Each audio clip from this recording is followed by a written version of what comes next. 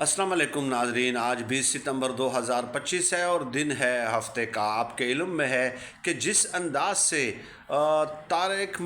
Justice Tariq Mahmood Jahangiri को काम करने से रोका गया, यकीनन उसकी मिसाल बहुत कम देखने को मिलती है। जस्टिस सरफराज डोगर साहब ने उन्हें काम करने से रोका और सिर्फ इस बुनियाद पे कि सुप्रीम जुडिशल कौंसिल में उनके ख़िलाफ़ एक दरख्वास्त आई थी, यानी कि उनके ऊपर सिर्फ इल्ज़ाम था और उसके बाद उन्हें काम करने से रोक दिया गया। अब अगर इस्लामाबाद हाई कोर्ट के 10 जजेज़ हैं, फ़र्ज़ किया हर एक जज के ख़िलाफ़ एक एक दरख्वास्त आ जाती है, तो क्या उन सब जजेस को काम करने से रोक दिया जाएगा जब तक उनका फ़ैसला नहीं आ जाता? अगर ऐसा होता है फिर तो ये अदालती निज़ाम का चलना तकरीबन मुश्किल तो नहीं, नामुमकिन हो जाएगा कि महज किसी की दरख्वास्त आ जाए तो आप जो है जज को काम करने से रोक दें। चुनाचे फिर हुआ क्या कि वकला ने इस्लामाबाद हाई कोर्ट की राहदारी में एहतजाज किया और फिर वो आहिस्ता आहिस्ता बाहर निकलने लगे। ऐसे में जो Islamabad high court bar association के सदर हैं वाजिद गिलानी साहब, इन साहब ने तहरीक इंसाफ के वकला से वोट लिए और फिर बाद में जिसको कहते हैं कि लोटे हो गए, वो बाहर आए।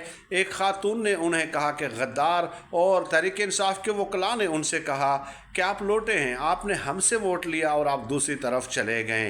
तो जैसे ही ये अल्फाज कहे तो वाजिद गिलानी साहब गाड़ी की तरफ जा रहे थे, वापस पलटे और वकला ने ये समझा कि शायद वो हमारे एहतजाज में शामिल होने के लिए वापस आ रहे हैं, लेकिन उन्होंने गालम गलोच नईम हैदर पंजोता साहब के साथ और हाथापाई वगैरह शुरू कर दी।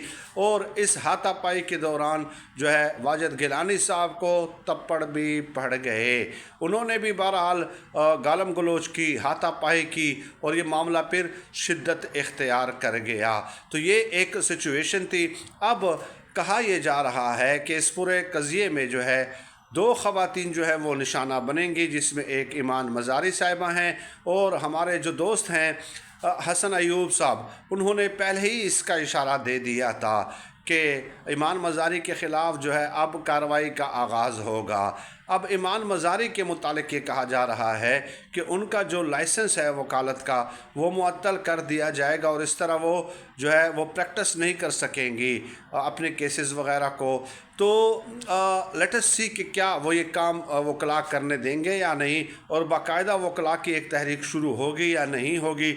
लेकिन 5 जो जजेज़ हैं हाई कोर्ट के, वो अपना मुकदमा लेके सुप्रीम कोर्ट में चले गए हैं और उसमें जस्टिस बाबर सत्तार साहब भी शामिल है, जस्टिस तारिक महमूद जहांगीरी के